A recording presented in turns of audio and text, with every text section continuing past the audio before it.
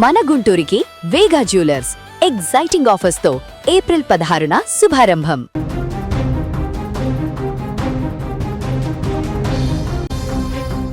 Road ప్రమాదంలో స్వల్ప గాయాలతో ఆసుపత్రికి వెళ్లిన వ్యక్తి చికిత్సలో జరిపిన జాప్యం వల్ల ప్రాణాలు కోల్పోయిన విషాద ఘటన విజయనగరంలో చోటు చేసుకుంది. ప్రమాదం జరిగిన తర్వాత కుటుంబ సభ్యులతో మాట్లాడిన వ్యక్తి చివరకు విగత జీవిగా మారడం ఆ కుటుంబంలో తీరని శోకాన్ని నింపింది. గరివిడికి చెందిన 53 ఏళ్ల రాజమహంతి గోపాలకృష్ణ శ్రీకాకుళం జిల్లా టెక్కిలిలోని ఒక ప్రైవేట్ కంపెనీలో ఫర్నేస్ ఇన్ఛార్జ్ గా పనిచేస్తున్నాడు.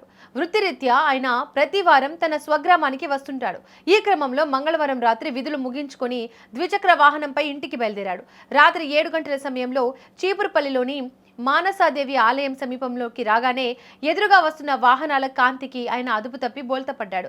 రోడ్డు పక్కన ఉన్న కాలువలోకి పడిపోవడంతో ఆయన తీవ్రంగా గాయపడ్డాడు. ఆ సమయంలో ఆయన స్పృహలోని ఉండి తన సోదరుడు రామకృష్ణకు ఫోన్ చేసి విషయం చెప్పాడు. కుటుంబ సభ్యులు వెంటనే సంఘటన స్థలానికి చేరుకొని ఆయనను చీపురుపల్లి ప్రభుత్వ ఆసుపత్రికి తరలించారు.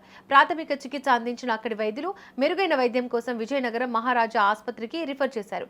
అర్ధరాత్రి ఆయన్ని విజయనగరం తరలించగా అక్కడి వైద్య సిబ్బంది ముందుగా అత్యవసర చికిత్స విభాగంలో చేర్చుకున్నారు. ఆ సమయానికి ఆయన బాగానే మాట్లాడుతున్నాడు. దాంతో వైద్యులు ఆయన్ని జనరల్ వార్డుకు తరలించారు. పండ్ల రసం నీరు ఇవ్వాలని చెప్పడంతో కుటుంబ సభ్యులు అలాగే చేశారు. అయితే ఉదయానికి ఆయన కడుపు బాగా ఉబ్బిపోయింది. యూరిన్ రావడం లేదని ఆయన భార్య ఆశా కిరణ్ వైద్య సిబ్బందికి పలుమార్లు మొరపెట్టుకుంది. యూరిన్ బ్యాగ్ పెట్టాలని కోరినా సిబ్బంది నుంచి సరైన స్పందన లేదు. ప్రస్తుతం బ్యాగులు లేవని నిర్లక్ష్యంగా సమాధానం చెప్పడంతో ఆందోళన మొదలైంది. మధ్యాహ్నం 12 గంటల సమయంలో వైద్యులు వచ్చి పొట్టను పరీక్షించి వెళ్లిన 5 నిమిషాలకే గోపాలకృష్ణ కన్నుమూశాడు. క్షణాల్లోనే పరిస్థితి విషమించి ఆయన మరణించడంతో కుటుంబ సభ్యులు కన్నీరుమున్నీరయ్యారు. ఆసుపత్రిలో చోటు చేసుకున్న ఈ నిర్లక్ష్యంపై బంధువులు స్థానికులు తీవ్ర ఆగ్రహం వ్యక్తం చేస్తున్నారు. వైద్యులు సకాలంలో స్పందించి ఉంటే ఆయన ప్రాణాలు దక్కేవని ఆవేదన వ్యక్తం చేస్తున్నారు. విషయం తెలిసి ఘటనా స్థలానికి చేరుకున్న 1 town SI Prasanna Kumar case నమోదు చేసి విచారణ చేపట్టారు. పోస్టుమార్టం నివేదిక తర్వాతే అసలు ఏం జరిగిందనేది స్పష్టమవుతుందని ఎస్ఐ తెలిపారు. ఫస్ట్ ఎయిడ్కి చీపురుపల్లి హాస్పిటల్ తీసుకెళ్ళాం మేడం. అక్కడ నుంచి డాక్టర్స్ స్టిచ్చింగ్స్ గట్ట వేసి ఫస్ట్ ఎయిడ్ చేసి మళ్ళీ 108 మాకు అరేంజ్ చేస్తే వెంటనే ఆయన డాక్టర్ గారు రిఫర్ చేశారు గవర్నమెంట్ హాస్పిటల్కి వెళ్ళండి అక్కడే ఎందుకంటే ఇది యాక్సిడెంట్ కదా అని. మాకేం తెలియక భయంకి ఎక్కడ తీసుకొని వచ్చాం మేడం.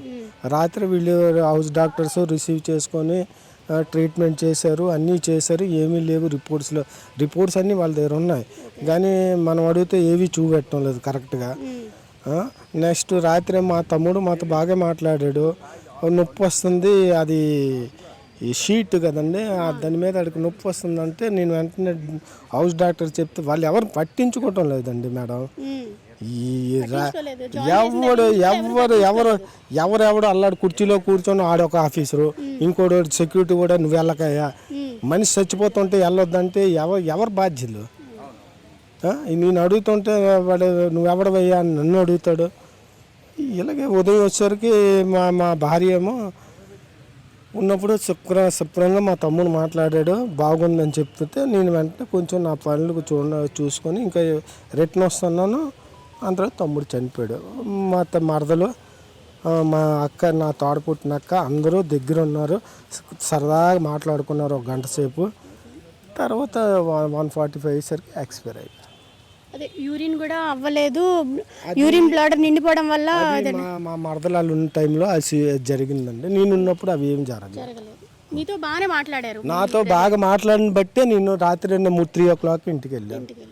అయితే మా తోటికోడలు ఫోన్ చేశారు, ఇలాగ మౌలికి యాక్సిడెంట్ అయింది, వెంటనే రా ఆశ అంటే నేను ఫోన్ చేశాను. చేస్తే బాగానే ఉందని కూడా చెప్పారు అందరూ, మొత్తం అందరు చుట్టుబంధువులందరికీ చేస్తే బాగానే ఉంది. గర్విడిలో ఉన్న వాళ్ళందరూ నేను 8:30 ప్రాంతంలో వచ్చిన తర్వాత నాకు మాట్లాడారు. నాకు నడుము జారిపోయింది, నాకు నడుము రావడం లేదని చెప్పారు. అన్ని తర్వాత నాకు యూరిన్ అవ్వలేదని మాత్రం చెప్తున్నారు. నాకు యూరిన్ అవ్వడం లేదు, తాగిందంతా ఇక్కడ ఉండిపోతుంది అనేసి అంటే 11 గంటల ప్రాంతంలో డాక్టర్స్ వస్తే వాళ్ళకి చెప్పాను, ఇలాగ యూరిన్ అవ్వలేదండి, అతను కడుపులో నొప్పి అంటున్నారు, వాటర్ తాగారు, జ్యూస్ తాగారు, అన్నీ చేస్తున్నారు. ఇలాగా అంటే ఆ డాక్టర్స్ ఎవరైతే 11 o'clock ప్రాంతంలో వచ్చారో వాళ్ళు ఆ నర్సులకి చెప్పారు, అమ్మ అతనికి బ్లాడర్ నిండిపోయింది, ఆ బ్లాడర్ నిండిపోతే అతనికి ఇంకేదైనా అవుతుంది కాబట్టి అర్జెంటుగా అతనికి యూరినరీ బ్యాగ్స్ పెట్టండి అని మాత్రం డాక్టర్స్ చెప్పారు. చెప్పినప్పటికీ వాళ్ళకి 3 సార్లు వెళ్ళి అడిగాను, అమ్మ బ్యాగ్స్ పెట్టలేదు అంటే అమ్మ బ్యాగ్స్ లేవు అని చెప్పారండి. లేవు అని చెప్పారు. పోనీ వెళ్ళి కొనుక్కొని తెచ్చుకోండి అని కూడా ఏం చెప్పలేదు మీకు? లేవు, తేడానికి వెళ్ళారనే చెప్పారండి. తెచ్చి పెట్టలేదు. అక్కడికి ఒక అరగంటకి కొంచెం బాత్రూమ్ అయింది. ఆ విషయం కూడా చెప్పాను, ఏమండి కొంచెమే వెళ్ళాడు మళ్ళీ పెడతారా అని కూడా అడిగాం. వాళ్ళు దానికి కూడా రెస్పాండ్ అవ్వలేదు. 12 గంటల నుంచి మేము తిరుగుతున్నాము, మాకు వదిలేయండి మేము వెళ్ళిపోతాము, మాకు ఇక్కడ నచ్చలేదు అనేసి అంటే ఆ సిస్టర్స్ మీరు ఎలాగెళ్ళిపోతారు, ఏవో గారు సంతకం మెల్లిగా ఎలాగో చేయించేస్తే మీరు ఎలాగెళ్ళిపోతారు, ఏవో సంతకం అయిపోతే సరిపోతుందా, ఎవరైతే ఇక్కడ డ్యూటీ డాక్టర్ అతను వచ్చి సంతకం పెట్టాలని అన్నారు.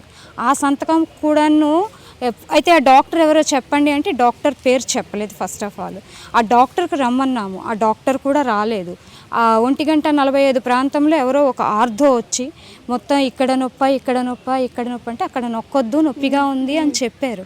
అంటే నొక్కకపోతే నీకు నొప్పి ఎలాగా తెలుస్తుంది, మేము ఏ ట్రీట్మెంట్ అనేది మాకు ఎలా తెలుస్తుంది అన్నారు. అతను ఇంకా ద్వారబంధం కూడా దాటలేదు, ఊపిరి వచ్చేసింది. వచ్చిన వెంటనే మా బావగారు వాళ్ళ పాప డాక్టర్ అంటే మరి అక్కడ నుంచి డాక్టర్స్ రాలేదు, ఎవరు కూడా రాలేదు. వెళ్ళి చెప్పిన ఊపిరిలా వచ్చేస్తుంది అని చెప్పినా సరే ఎవరు లేరు. అసలు డాక్టర్స్ చుట్టుపక్కల లేరండి, ఆ చుట్టుపక్కల డాక్టర్స్ లేరు, ఓన్లీ నర్సెసే ఉన్నారు. ఆ నర్సెస్ అప్పుడు చనిపోయారని మాకు తెలిసిన తర్వాత అప్పుడు వచ్చి గబగబా ఆ గుండెకి సంబంధించిన వైర్లు, సిలైన్లు, తాలూకా ఇది బోర్డు అవి అన్నీ తెచ్చి పెట్టేస్తుంటే అమ్మ చనిపోయిన తర్వాత అవన్నీ తెచ్చి పెడుతున్నారు ఏంటి మీరు అని మేము అనుకోవడమే కానీ కనీసం డాక్టర్స్ వచ్చి కన్ఫ్యూజ్ చేసి మాకు చెప్పలేదు. 1 టౌన్ పోలీస్ స్టేషన్ నుంచి 2 బాడీలు వచ్చాయి. ఒక బాడీ అలిగేషన్ ఏంటంటే నిన్న మా చిగురుపల్లిలో యాక్సిడెంట్ అయింది, అతను రమణ గారు అనేసి అతను ఇక్కడికి తీసుకొచ్చి ఇక్కడ హాస్పిటల్లో జాయిన్ చేశారు. జాయిన్ చేశాక ఇక మెడికల్ ట్రీట్మెంట్ నెగ్లిజెన్సీ వల్ల అతను చనిపోయాడని చెప్పేసి వాళ్ళ అలిగేషన్. దాని మీద ఎంక్వైరీ చేసి ప్రొఫెసర్ గారికి టీమ్ ఆఫ్ డాక్టర్తో ఎంక్వైరీ చేయమని చెప్పేసి ఒక రిక్వెస్ట్ ఇచ్చాం. వాళ్ళు ఇచ్చే ఒపీనియన్ బట్టి ఫర్దర్ యాక్షన్కి వెళ్తాం ఆ కేసులో. ఆ తర్వాత ఇది అయిపోయినాక చిగురుపల్లి వాళ్ళకి బాడీ హ్యాండ్ ఓవర్ చేస్తాం. నెక్స్ట్ నిన్న శ్రీనగర్ అవుట్స్కట్స్లో ఏరియాలో ఒక బావిలో ఒక డెడ్ బాడీ దొరికింది. ఆ dead body unidentified dead body అని చెప్పేసి అక్కడ వీఆర్ఓ కంప్లైంట్ చేశారు. తర్వాత పేపర్కి ఇచ్చాక పేపర్ క్లిప్పింగ్ చేసి వాళ్ళ వైఫ్, పేరెంట్స్, రిలేటివ్స్ అంతా వచ్చి ఐడెంటిఫై చేసి